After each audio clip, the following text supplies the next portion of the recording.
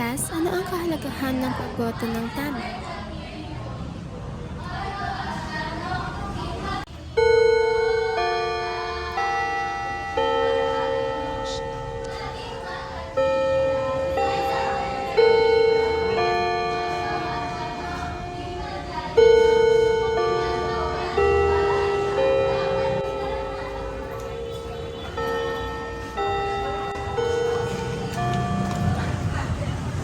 Mapa, nakauwi na po ako. Wala, nakauwi ka na pala. By the way, bukas na pala yung botohan na. Tingin mo kaya, sino kayang karapat dapat iboto ngayon? Kasi ang daming politiko ngayon eh. Awan ko po pa eh. Para-paras naman po silang korap. May karapat-dapat pa rin naman na iboto sa kanila. Hindi naman lahat ng tao ganun.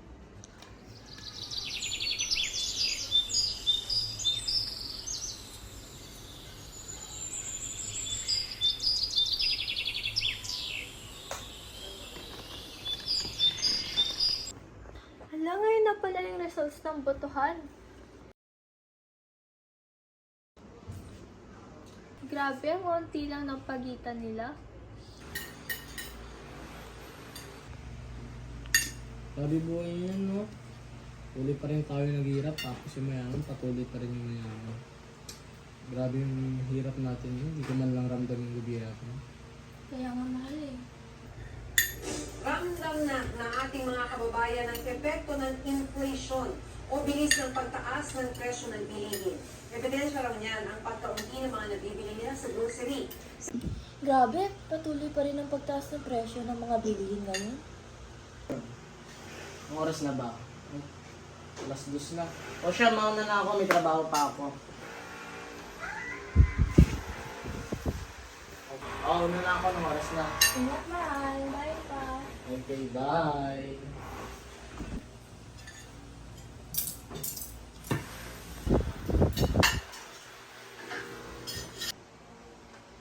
Siya. Grabe talaga, no? Patuloy na lang ang pagtaas ng mga bilihin. Pahirap na ng pahirap ang buhay.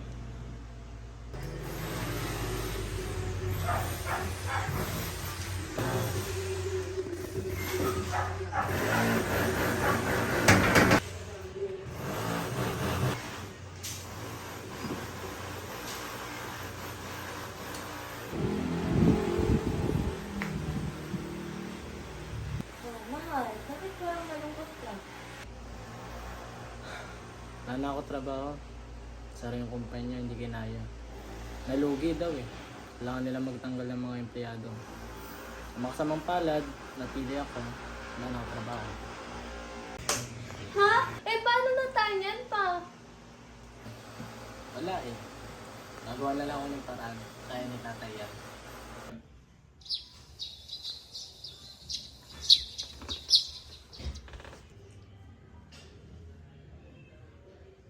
Simula nang mawala ng trabaho si Papa, halos hindi na kami makakain.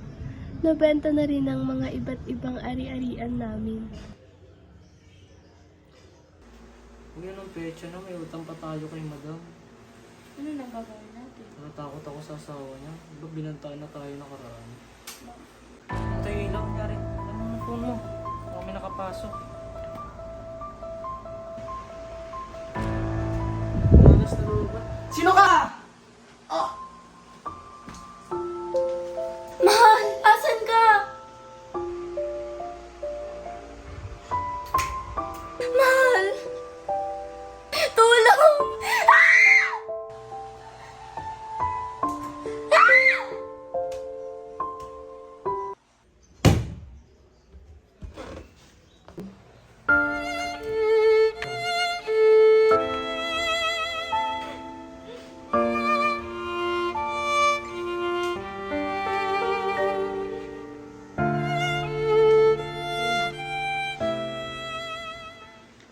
Simula nang nawala sila Mama at Papa, nandito na ako, nakatira sa isang parking lot na to. Natuto akong ibenta ang sarili para mabuhay, magbisyo. Samantalang nagpapakasasa ang mga buwaya sa pera ng bayan.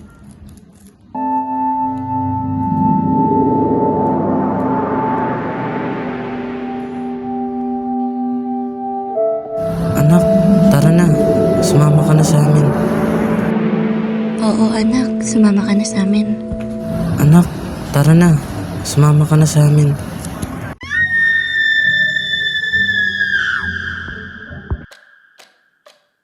Time.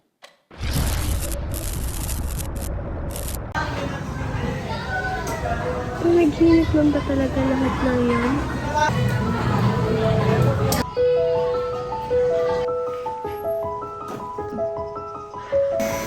Oh, anak, bakit? Ano nangyari? Balisang balisa ka. Ilang oras mo lang kami di nakita, may sumakit kami ah.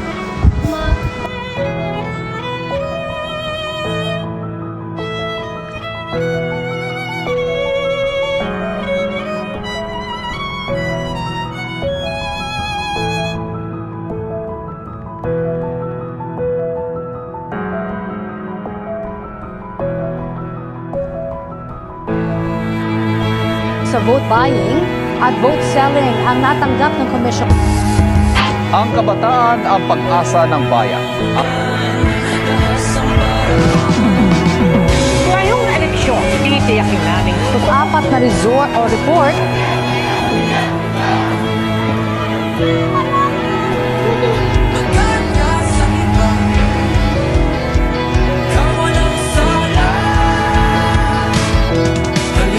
Simula ng